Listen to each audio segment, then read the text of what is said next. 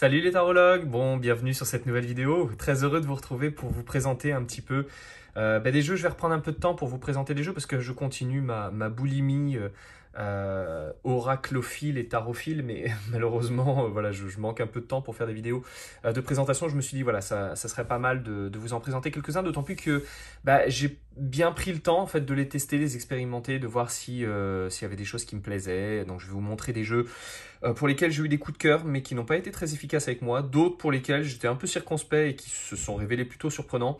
Et d'autres où de toute façon je savais un peu que je fonçais dans le mur et effectivement la surprise n'a pas été bien grande. Donc on va regarder ça un peu. Aujourd'hui je voulais vous présenter ce jeu que j'ai depuis, je crois, 2 ans, donc il est pas nouveau, hein, le Astro Soul Oracle Deck.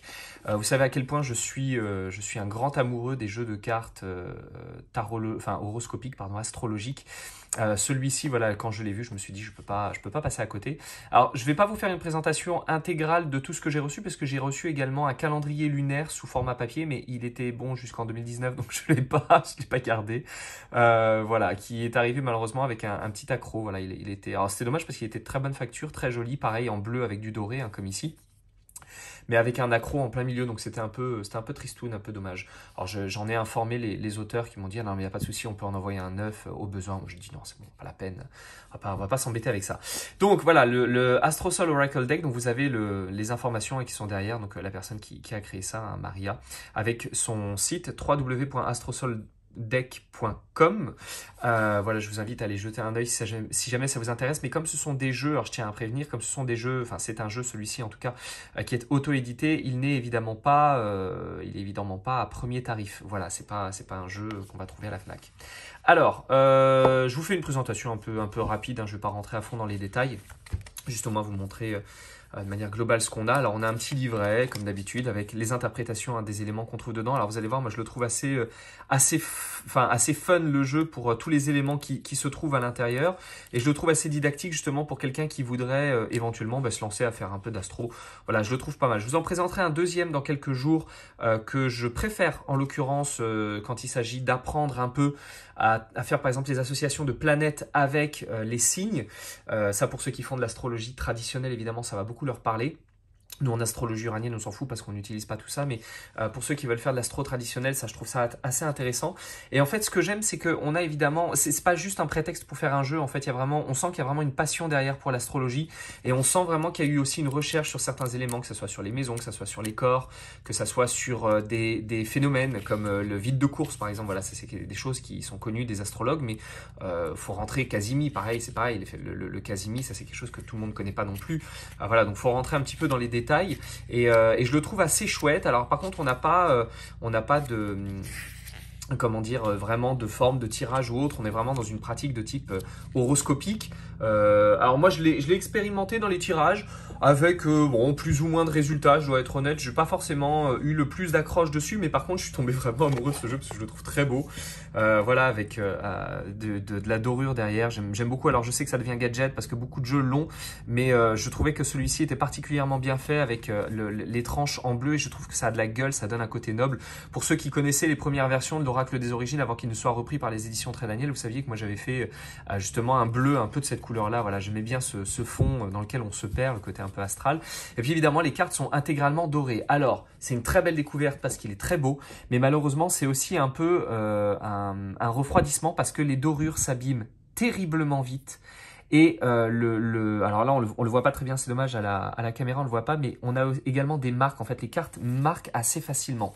Ce qui est dommage parce que c'est vraiment un très joli jeu. Alors, je vous présente au moins les cartes vite fait. Le soleil, Mercure. Alors, à chaque fois, on a le symbole de la planète un peu stylisé avec les associations, hein, de signes et de planètes.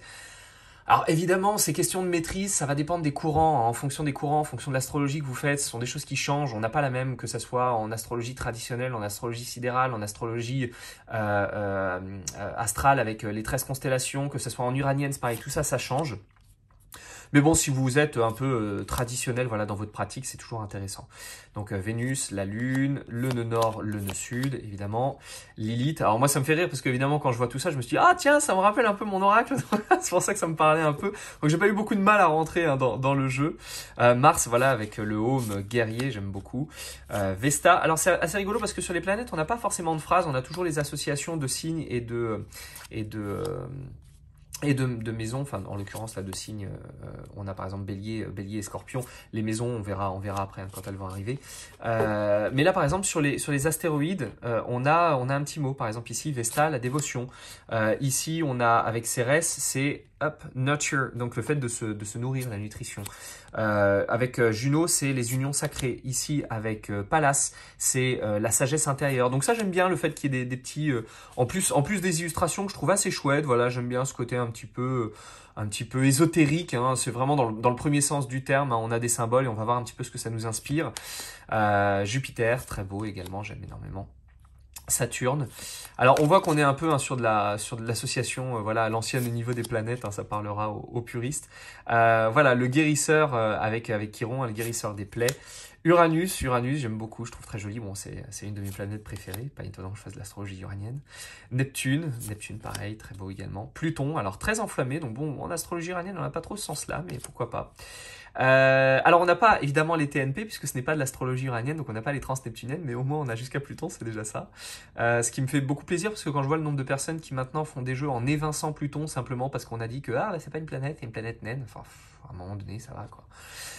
Et puis après on passe à d'autres catégories, donc là par exemple on a les éclipses, donc éclipse solaire c'est pareil, vous avez des petites définitions en bas, alors je suis désolé c'est en anglais, mais enfin bon il y a 4 phrases et demie, c'est assez facile à traduire. L'éclipse lunaire, et puis là on a toutes les phases de la lune, hein, nouvelle lune, et puis on croît voilà jusqu'à la pleine lune, et puis après on redescend avec à chaque fois des interprétations, donc on a des choses qui sont assez intéressantes pour le coup. Le vertex, la rétrogradation, le Casimir. Alors Casimir, en fait, c'est juste quand on a une planète qui approche en conjonction extrêmement étroite avec le Soleil. En fait, on a un effet de calcination. Il y a une combustion. On dit qu'il y a une combustion. En fait, les propriétés de la planète vont se fondre à l'intérieur de celle du Soleil. Les stelliums, ça c'est quand on a des amas dans une maison. Et le vide de course, ça c'est quand il n'y a plus d'aspect d'interaction entre eux. Alors généralement, on fait ça en astrologie horaire, on fait ça avec la Lune en fait. Bon, on peut faire ça normalement avec toutes les autres planètes. C'est simplement quand on regarde une maison, enfin on regarde une planète qui arrive sur la fin d'une maison et on voit que entre l'endroit où elle se trouve et le moment où elle va passer dans une nouvelle, elle ne va interagir avec aucune autre planète. C'est-à-dire elle va terminer sa course sans faire d'interaction, sans faire d'angle, de carré, de trigone, de sextile, ce que vous voulez, avec aucune autre planète. Donc on va dire qu'elle est vide de course. Et puis après évidemment on a les maisons. Alors je ne les ai pas rangées dans l'ordre, autant pour moi. Maison 1, voilà, où on associe à chaque fois avec signe et planète. Donc voilà, donc je disais, on va avoir des associations. Donc ça, évidemment, ça dépend de la vision de chacun, avec encore une fois, hein, toujours des petites interprétations au milieu. Donc ça, je trouve ça intéressant. Et comme encore une fois, ça reste assez court, ça permet quand même de comprendre. Là, vous voyez, par exemple, on n'a pas besoin d'être bilingue pour comprendre. Si vous prenez juste un petit mot, puis vous le notez, voilà, I think. Maison 3, c'est la maison de la pensée. Alors c'est évidemment la maison de la communication, des petits déplacements, de la fratrie, de la vie un peu quotidienne, évidemment. Maison 4, maison 5, voilà, on a toutes les maisons jusque la 12e, bien entendu. Et puis après, on a les signes, mais cette fois-ci qui est basé sur les constellations. Hein. Donc, on pourrait sentir éventuellement le parti pris pour une astrologie sidérale, mais au vu du bouquin, je n'ai pas senti que c'était le cas. Donc, bon, ça vous laissera libre de faire un petit peu ce que vous voulez. Voilà, donc on a les constellations à chaque fois, encore une fois, avec les signes et les planètes qui sont associés. Donc, eu égard au fait que chacun a son référentiel de maîtrise. Et puis en dernier, on a les aspects. Alors c'est très rudimentaire, mais voilà, on a conjonction, le sextile, le carré, le trigone et l'opposition. Alors bon, c'est très bien parce que ça nous donne déjà de premières informations. On aurait pu pousser le vice un peu plus loin et faire des sesquicarrés, des semi-carrés, des quinconces, des semi-trigones, ou je ne sais pas, semi-sextiles, pardon, ou je ne sais pas trop quoi d'autre. On aurait pu, dans un monde idéal, on aurait les cédéciles, hein, les cédéciles, tricédéciles, quicédéciles, septicédéciles, mais bon, je pense qu'il ne faut pas trop abuser. Donc voilà, un beau jeu, j'ai beaucoup aimé, ça a été une jolie découverte, il coûtait un peu, j'ai été un peu triste de voir que j'avais pas forcément eu une accroche extraordinaire, mais par contre pour une pratique astrologique, je me suis amusé à monter des thèmes en fait. Donc là il faut de l'espace évidemment parce que les cartes sont grandes et nombreuses. Si vous montez un thème intégralement, il faut vraiment de l'espace. Donc là dégager un peu le sol pour pouvoir monter tout ça. Et en fait c'est assez chouette de pouvoir voir la tronche de votre thème astral en fait qui apparaît. Donc voilà, une une jolie découverte quand même. C'est un jeu que j'ai vraiment apprécié. Donc Astrosol Oracle Deck avec l'adresse www.astrosoldeck.com. Voilà, et si jamais vous décidez as above so below, c'est ce qui est au-dessus et comme ce qui est, enfin ce qui est en haut et comme ce qui est en bas. Voilà, c'est une phrase que moi j'aime beaucoup et que j'avais mise d'ailleurs sur mon site internet d'astrologie uranienne. Donc voilà, donc une belle découverte malgré tout. Voilà, c'est pas un entier, c'est pas entièrement une demi-teinte. Je suis pas entièrement en demi-teinte sur ce jeu. Je pense qu'il a vraiment de belles qualités, que c'est un jeu qui aura toute sa place surtout dans le cabinet des astrologues ou simplement des collectionneurs, voilà, qui aiment les belles pièces. Mais voilà, je ne peux que vous inviter à vous le procurer si jamais d'aventure cela vous plairait de l'avoir. Voilà, je vous donne rendez-vous très bientôt pour une nouvelle vidéo et en attendant d'ici là, comme d'habitude, prenez soin de vous. Salut!